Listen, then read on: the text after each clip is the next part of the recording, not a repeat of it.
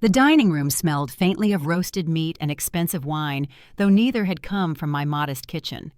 My daughter insisted on hosting Father's Day at her suburban home this year, a sprawling house with tall ceilings and a yard so perfectly trimmed it looked like it had never seen a child's footprint.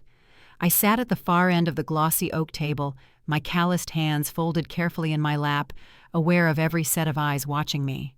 Kara, my only daughter, leaned back in her chair with the confidence of someone who knew the room belonged to her. She wore a silk dress the color of cream, the kind that whispered wealth with every subtle shimmer. On her right sat Eric, her husband, white-polished, always smiling the kind of smile that never had to work for anything.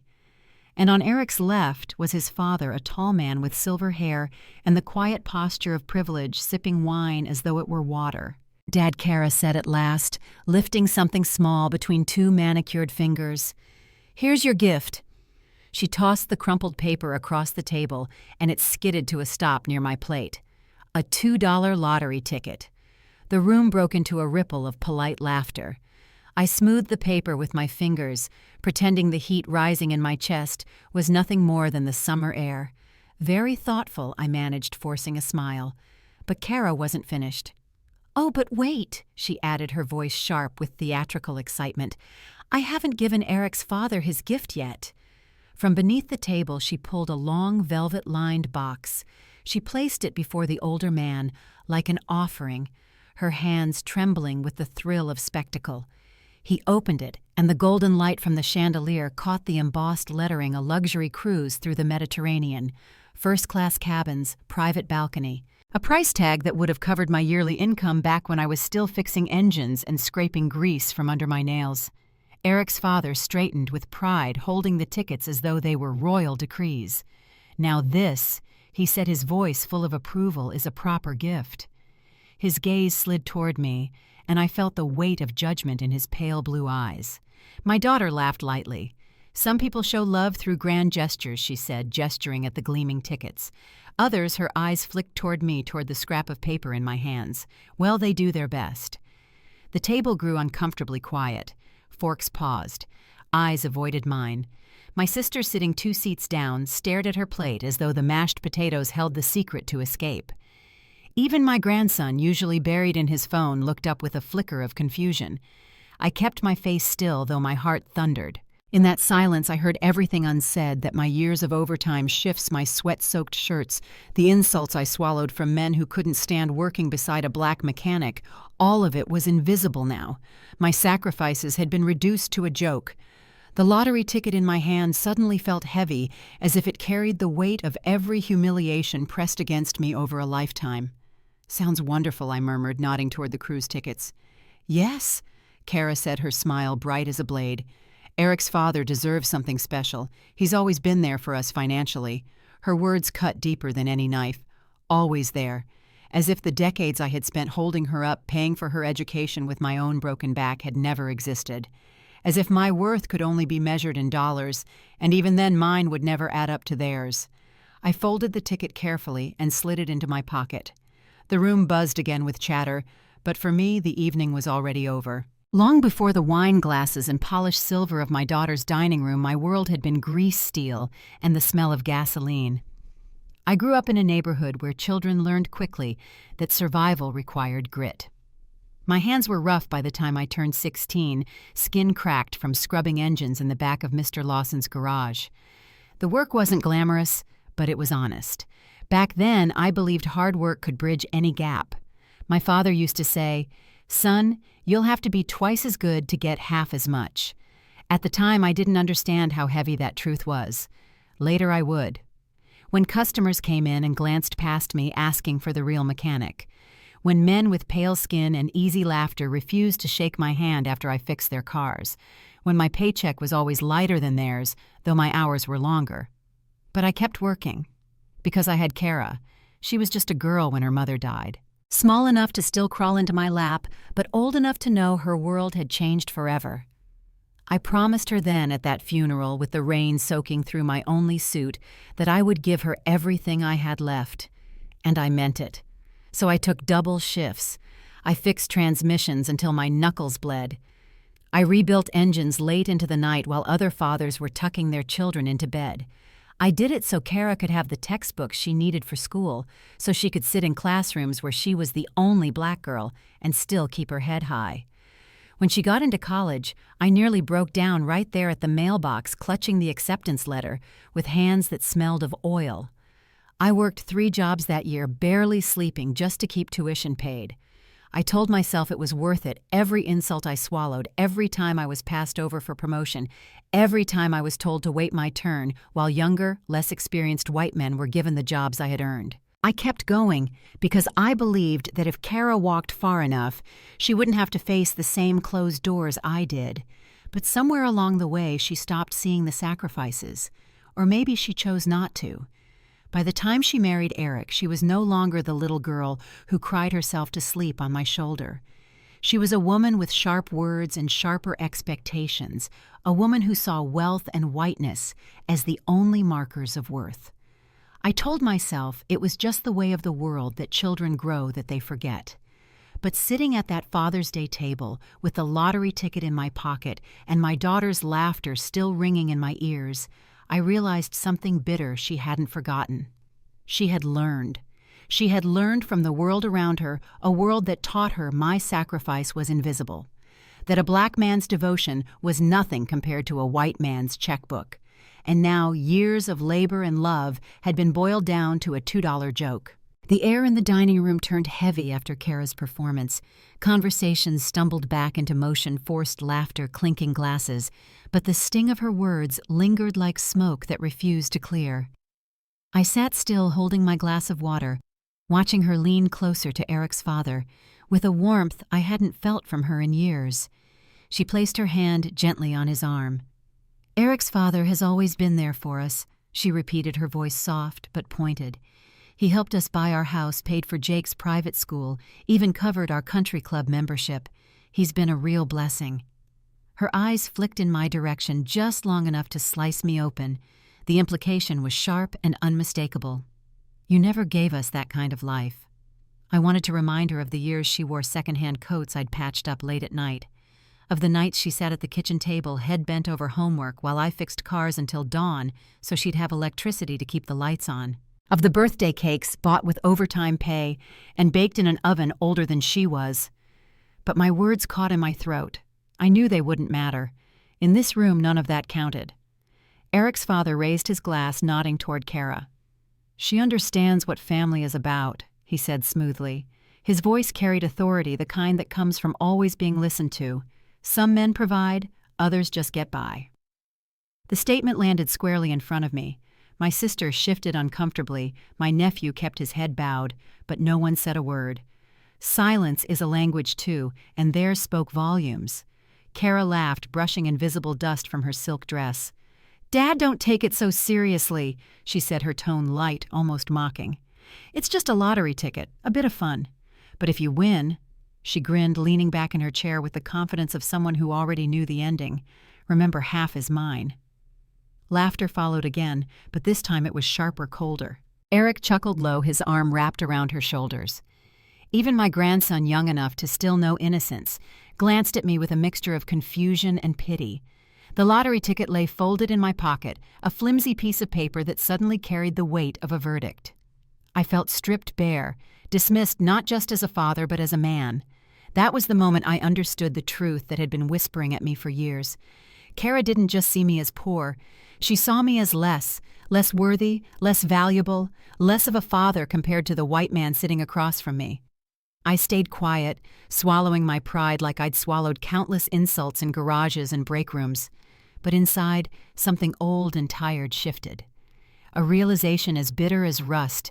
No matter how much I had sacrificed to her, I was already dismissed.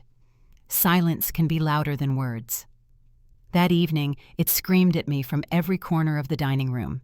When Eric's father praised the cruise tickets, his voice echoed with approval that seemed to fill the entire space. When Kara laughed about the lottery ticket, dismissing it as a joke, her laughter spread like wildfire. But when the weight of her words landed on me, when the sting of her comparison cut into my chest, no one spoke up. I looked around the table. My sister Margaret sat with her hands clasped, her lips pressed tight. She knew me better than anyone knew how hard I had worked, how many nights I'd come home with grease on my skin and exhaustion in my bones. Yet she stared at her plate, unwilling to challenge the performance unfolding before us. My nephew Tommy shifted in his chair, eyes darting from me to Kara, then back to his untouched food. His wife pretended to study the family portraits on the wall, as though the smiling faces frozen in frames could explain away the cruelty in the room. Even little Jake, my grandson, tapped nervously at his phone before slipping it into his pocket, unwilling to look at me directly. It was more than awkward silence. It was complicity. A quiet agreement that Eric's wealth, his whiteness, his status, gave him the authority to define what generosity looked like. That my years of sacrifice as a black man, my sweat, my labor, my relentless devotion were less worthy of acknowledgement than a cruise ticket bought with money that had never come from honest toil. I wanted someone, anyone, to speak, to say, "That's not fair," or "Your father deserves better."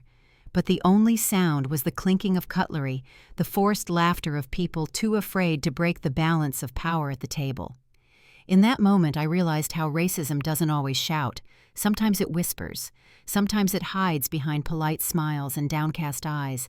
Sometimes it sits at your family's table and dares you to challenge it, knowing you'll stand alone if you do. I sat back in my chair, forcing myself to breathe slowly, evenly, though my chest ached. I reached into my pocket and touched the folded lottery ticket, its edges rough against my fingertips. It was meant as a joke, a symbol of dismissal. But as the silence grew thicker, I held it like a lifeline, the only thing reminding me I still had something, anything that was mine. The room carried on as if nothing had happened, but I knew deep inside something had shifted forever. The night grew quiet after I returned home. My house, smaller and humbler than Kara's mansion, welcomed me with the familiar creak of its wooden floorboards. I hung my jacket by the door, the faint scent of engine oil still clinging to its fabric, a reminder of the life I had lived, the work that had shaped me. I lowered myself into my worn recliner, the same chair where I had fallen asleep countless nights after double shifts. On the walls hung photographs Kara as a child, with her missing front teeth grinning proudly after hitting her first baseball. Her in a cap and gown, diploma in hand, my arm around her shoulders. I had framed each picture myself, back when I believed they represented a bond that nothing could shatter. Now they looked different. They looked like exhibits in a museum dedicated to someone else's life. The laughter from that dinner echoed in my head. Eric's father praising generosity, Kara's mocking tone as she tossed the ticket across the table, the silence of the others. I sat in my quiet living room, realizing that somewhere along the way, I had become invisible. It wasn't just my daughter's dismissal, it was the world's. The years I had worked until my body broke down, the nights I'd sacrificed sleep to keep the lights on, the dignity I swallowed. When customers sneered at me, all of it had faded into nothing in the eyes of those who now measured worth by wealth and skin. I thought of my father again, his voice steady and unyielding. "Son, you'll have to be twice as good to get half as much." He had carried himself with quiet pride even when the world tried to strip it away. He'd taught me that being a black man in America meant always fighting for recognition, even within your own family. Yet here I was, staring at a lottery ticket lying on the coffee table. $2. Bought with my own stolen money. A cruel gift wrapped in laughter tossed at me like scraps. I picked it up, turned it over in my hands. The numbers blurred unimportant. What mattered was what it represented, the way my daughter had forgotten me. Forgotten the man who had carried her through storms, who had sacrificed everything so she could walk into rooms that once would have been closed to her. I leaned back in my chair and let the silence close in. In that moment, I wasn't a father or a provider or even a man with a name. I was just what the world had made of me, an afterthought. The forgotten man. The next morning, I sat at my kitchen table with a cup of lukewarm coffee and my bank statement pulled up on the old laptop. Numbers scrolled across the screen, small predictable amounts. Utilities, groceries, gas. The routine felt grounding, a ritual I'd carried on since my first paycheck. Account every cent, protect what little you have. But then my eyes caught on a number that didn't belong. Premium travel services, $13, $672. I blinked, leaned closer. My hands trembled slightly as I checked the date. A week earlier, I hadn't booked any travel. I hadn't even left this neighborhood in months.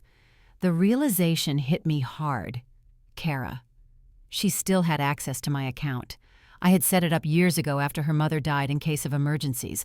I'd forgotten to revoke it, and now?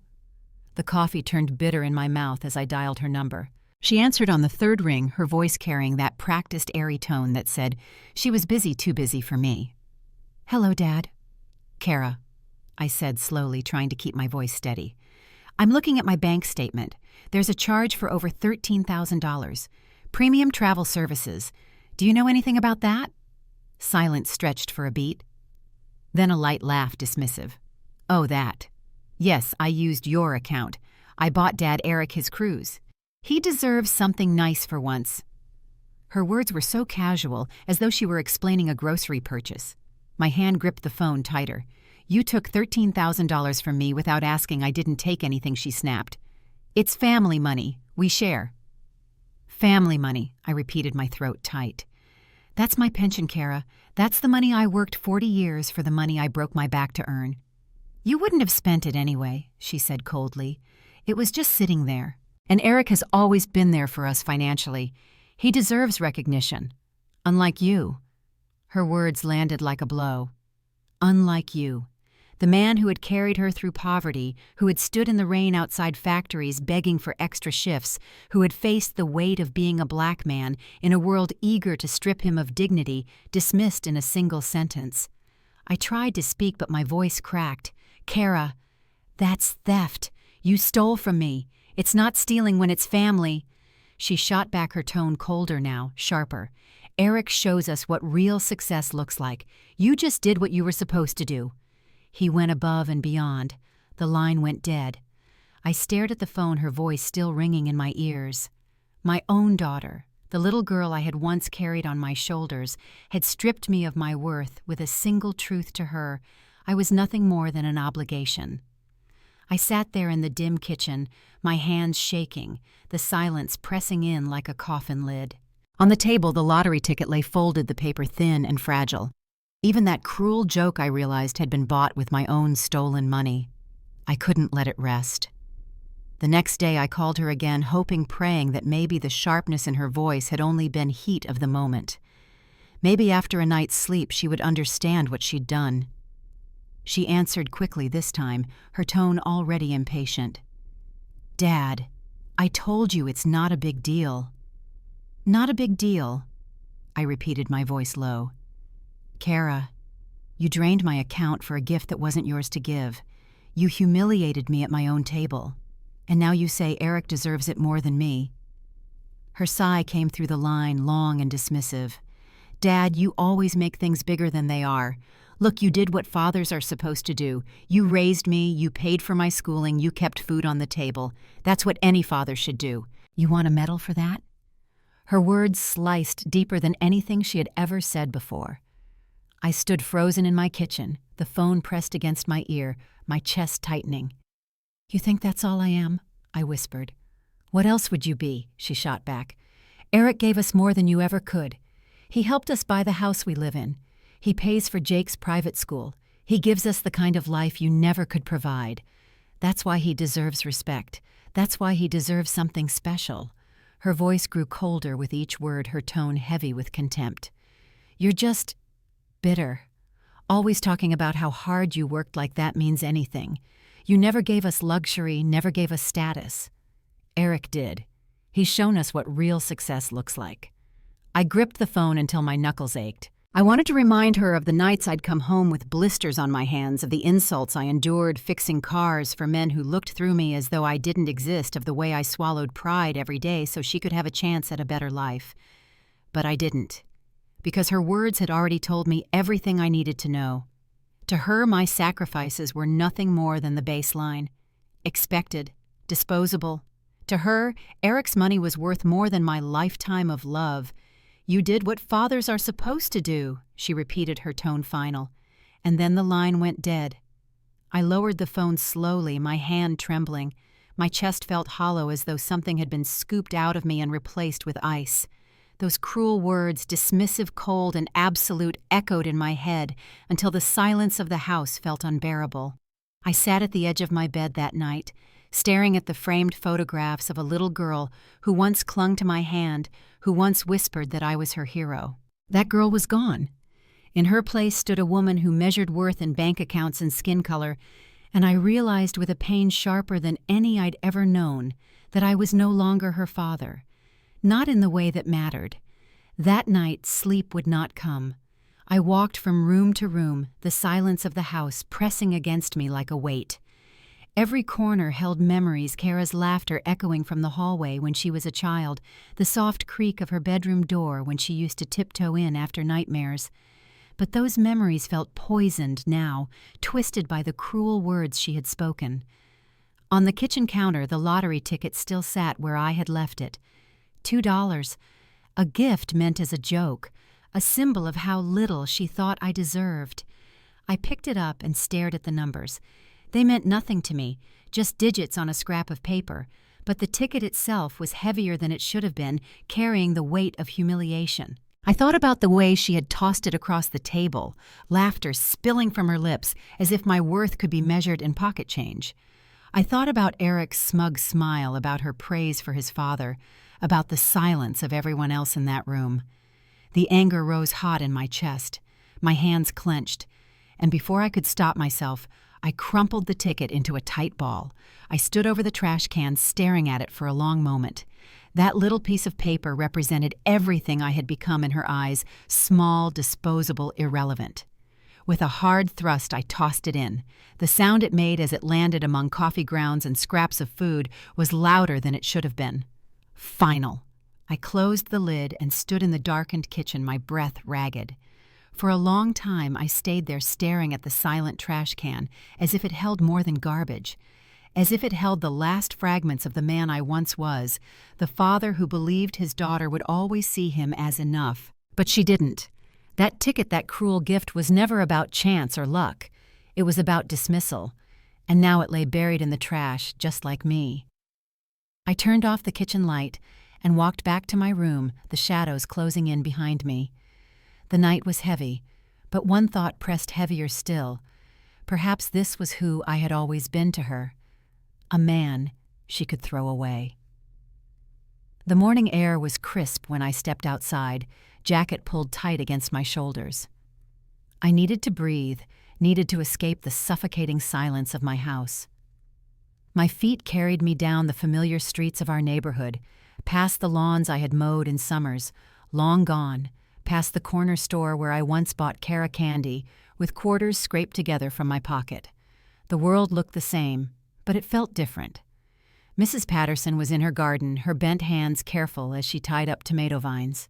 She looked up and waved her face lined with the softness of age.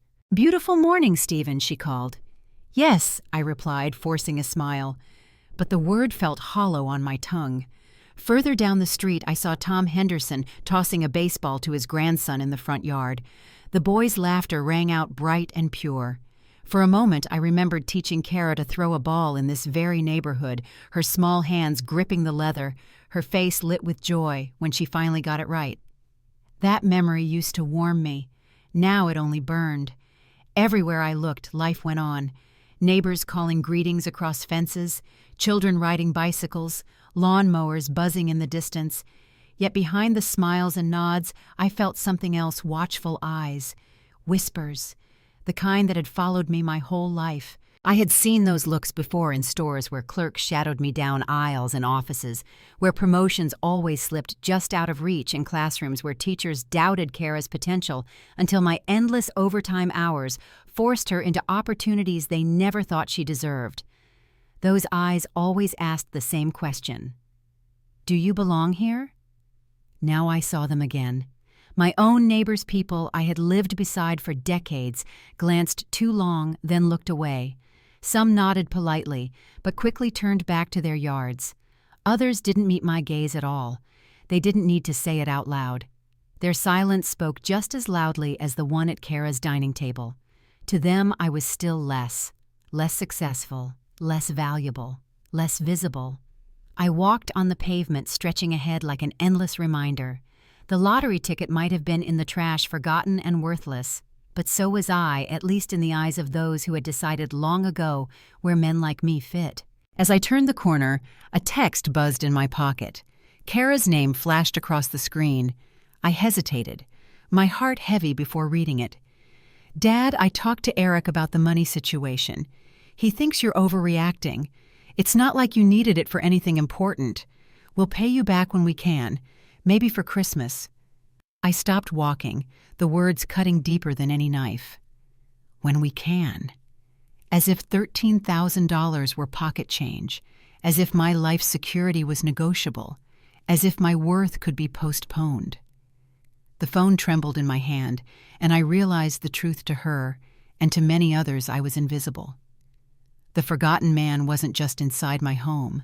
He walked these streets every day. The betrayal at the bank statement had been bad enough, but nothing prepared me for what came next. That evening I sat in my recliner, the glow of the lamp casting long shadows across the room, when my sister Margaret called. Her voice was tense. "Stephen, have you seen Facebook?" I hadn't. I rarely used it except to look at pictures of my grandson. My hands moved stiffly as I reached for the tablet on the coffee table, and there it was. Kara's face filled the screen, eyes rimmed red, her expression carefully molded into heartbreak. The caption above her post read, "Having to write this breaks my heart, but I need support right now. My father has cut me off from what has always been our family money. After all I've done for him, after managing his affairs when Mom died, he suddenly decided I'm not worthy of his trust. All because I bought Eric a gift he deserved. My father is being selfish and cruel. I don't even know who he is anymore." The post already had dozens of likes, comments flooding in below. "OMG, Kara, I'm so sorry. Older people can get paranoid about money. Your father should be grateful to have such a caring daughter. Eric is such a good man. He deserved that cruise. Family money belongs to the whole family. He's being ridiculous." My stomach twisted as I scrolled. Friends, acquaintances, even people I barely knew all siding with her. No one asked for my side. No one cared to. But it didn't stop there. My phone buzzed with notifications from other platforms. Instagram, a video of Kara in her car, tears streaking down her cheeks as she spoke directly to the camera. "I never thought I'd see the day when my own father would betray me like this. He's stolen from me, taken away what rightfully belongs to his family." Her voice cracked just enough to draw sympathy. And then came Eric's contribution. LinkedIn, a long post written with the polish of a man who knew how to sway an audience. Witnessing financial elder abuse in reverse is devastating. When elderly individuals become obsessed with money, they betray their families. My wife is heartbroken by her father's greed. This lottery ticket was meant to be shared. Instead, he's claiming it all. The words blurred before my eyes. Greed, elder abuse, betrayal. They weren't just accusing me, they were rewriting me. My decades of sacrifice, my silent battles, my dignity as a father, all of it erased in a few paragraphs and hashtags. I closed the tablet, but it was too late. Their voices had already filled the neighborhood. The next morning at the grocery store, the cashier avoided my gaze. Two neighbors whispered near the milk aisle, their eyes darting toward me before they turned away. I was no longer Stephen, the mechanic who'd fixed their cars, the father who'd raised a daughter alone. I was a headline. And beneath it all, I felt the familiar sting I'd known my whole life.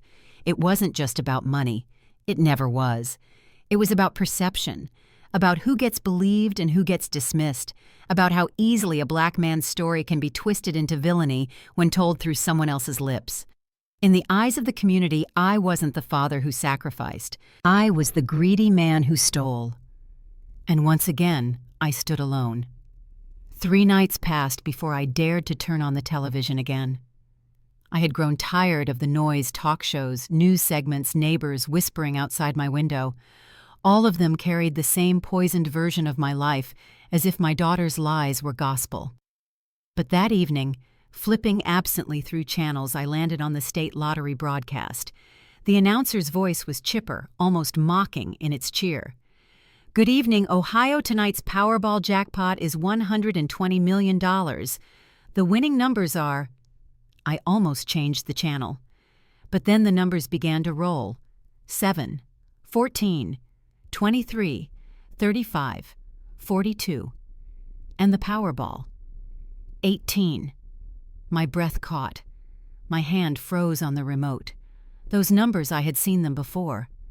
I stumbled into the kitchen, my pulse pounding, and ripped open the trash can. Coffee grounds, paper towels, scraps of food. I dug deeper, my fingers trembling, until I found it wrinkled, stained, but still intact. The lottery ticket. I smoothed it under the faucet, the ink bleeding slightly, but clear enough to read. 7, 14, 23, 35, 42, Powerball 18, every number matched. My knees gave out and I sank into the nearest chair. The $2 joke, the cruel symbol of my dismissal, was suddenly worth $120 million. The ticket shook in my hands as I thought of Kara's voice at the dinner table. If you win, remember half is mine. But this ticket wasn't hers. It was mine, bought with money she had stolen, tossed at me like an insult left to rot in the trash until fate dragged it back into the light. I dialed the hotline, my fingers barely steady enough to press the numbers. A mechanical voice confirmed it. The ticket was real, the jackpot mine. When I hung up, I stared at my modest kitchen with new eyes. The chipped counter, the old linoleum floor, the worn chair beneath me. Everything felt unreal, like a set waiting to be torn down. $120 million. Enough to buy the world that had always dismissed me, enough to silence every cruel laugh, enough to prove I was not invisible. And yet, as the reality sank in, a chill followed close behind. I knew exactly what Kara would say when she found out. She would come for me. And this time she would not come alone. News travels fast. Faster than blood ties, faster than truth. By the next morning, before I had even left my kitchen table, Kara's car screeched into my driveway. The tires crunched against the gravel like an alarm bell.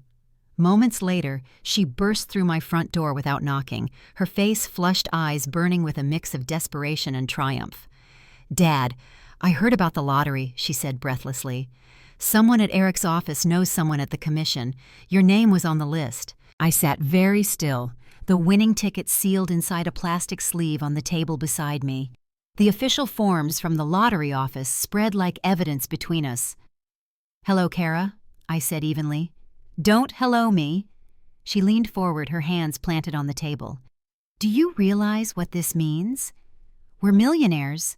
Remember what I said, half is mine." The words were sharp practiced, as though she'd been repeating them in the car on her way over. I met her gaze, my voice steady. "That was a gift, Kara. Gifts don't come with contracts." Her expression hardened. "Everyone heard me at the table. I said half was mine. That's a verbal agreement." "Witnesses, Dad. Legal witnesses." "You bought that ticket with money stolen from my account," I replied quietly. "It was never about sharing. It was about humiliating me. Don't pretend otherwise." Her lips curled into something between a smile and a snarl. "I didn't steal anything. It was family money." "And now you're trying to cheat me out of what rightfully belongs to us. Eric and I won't stand for it." I looked at her, really looked, and for the first time, I didn't see my daughter. I saw a stranger, someone molded by greed and entitlement, someone who had absorbed every poisonous lesson about worth that the world had taught her. Her hand slammed down on the table, rattling the lottery papers. "If you don't give me my share, I'll take you to court. I'll sue you for every cent, and I'll win." I leaned back in my chair, the anger inside me cooling into something harder. "You'll sue me, your father, after everything I gave up for you." She didn't flinch. Her voice was ice. "You gave me the basics. Eric gave me more, and I won't let you take this from me." For a moment, silence stretched between us. I could hear the faint hum of the refrigerator, the creak of the floor beneath her shifting weight. My heart ached, not from fear of her threat, but from the finality of what I saw in her eyes. The little girl who once curled against my chest, who once whispered that I was her hero. She was gone. In her place stood a woman who saw me not as her father, but as an obstacle. When she stormed out, slamming the door so hard the walls shook, I sat in the quiet aftermath, staring at the official documentation. $120 million sat in my hands, and all I felt was tired. It didn't take long before the battle spilled out of my home and into the world. Within hours of Kara's outburst, my phone began buzzing with notifications, each one dragging me deeper into a storm I hadn't asked for. First came Facebook. Kara's post sat at the top of my feed, her face tear-streaked mascara running artfully down her cheeks. Urgent. My father has stolen my lottery ticket and is claiming the entire jackpot for himself. She framed it as betrayal as reverse elder abuse, her words twisting reality into a spectacle designed to win sympathy. The comments poured in. Unbelievable. How can a father do this to his own daughter? This is theft. She deserves justice. Team Kara all the way. Greedy old man. I scrolled through them, each line pressing harder into my chest. People I'd known for years, neighbors, co-workers, even members of our church were siding with her, without hesitation. None of them asked for my version. None of them cared. Then came Eric's contribution. His LinkedIn post was polished, professional, dripping with moral authority. When elderly individuals become obsessed with money, they betray their children. Families crumble under selfishness. His words were shared across his network of executives and investors. Men and women in suits nodded along, digitally reinforcing his narrative with likes and comments. And the media followed. Local reporters camped outside my street, hungry for sound bites. Community divided over lottery ticket dispute, the headlines read. But the photographs told the real story. Kara in soft lighting eyes, red clutching tissues. Me caught through blinds, my face cast in shadow, my skin marked as guilty before I spoke a word. The whispers grew louder in the neighborhood. At the grocery store, a woman I'd known since Kara was a toddler turned her cart abruptly when she saw me. The cashier avoided eye contact, his voice clipped and distant. Even at church, a place I had scrubbed pews and repaired broken steps for decades, some looked at me with suspicion. It wasn't just about the ticket anymore, it was about the story people wanted to believe. And in America, a black man painted as greedy, untrustworthy, or selfish was a story they didn't need convincing to accept. For years, I had fought to be seen as more than stereotypes. I had worked twice as hard for half as much, carried dignity like a shield. Yet here I was again, reduced to a caricature by my own daughter's lies and the public's eagerness to believe them. I closed the blinds that night, the glow of camera lights flashing outside. My kitchen felt smaller, darker. The lottery ticket sat sealed in its sleeve proof of truth, but in the court of public opinion, truth was irrelevant. In the eyes of the world, I wasn't a father who had sacrificed. I was a black man with too much money and not enough humility, and that was enough for them to condemn me. The calls kept coming, reporters, lawyers, strangers offering advice I didn't ask for. I stopped answering the phone, stopped checking the tablet. Silence became my only refuge. Then one morning, the landline rang with a number I didn't recognize.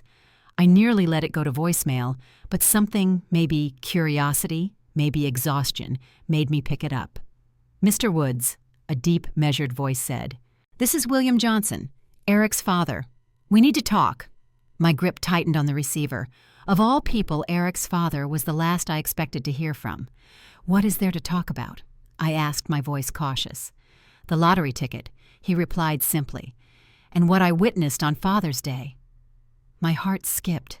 He had been there. He had seen it all. An hour later, I found myself walking into Murphy's Diner, a small place I'd frequented for years, where the coffee was cheap and the booths were cracked but clean. William sat by the window, his tailored navy suit making him look like a hawk among sparrows.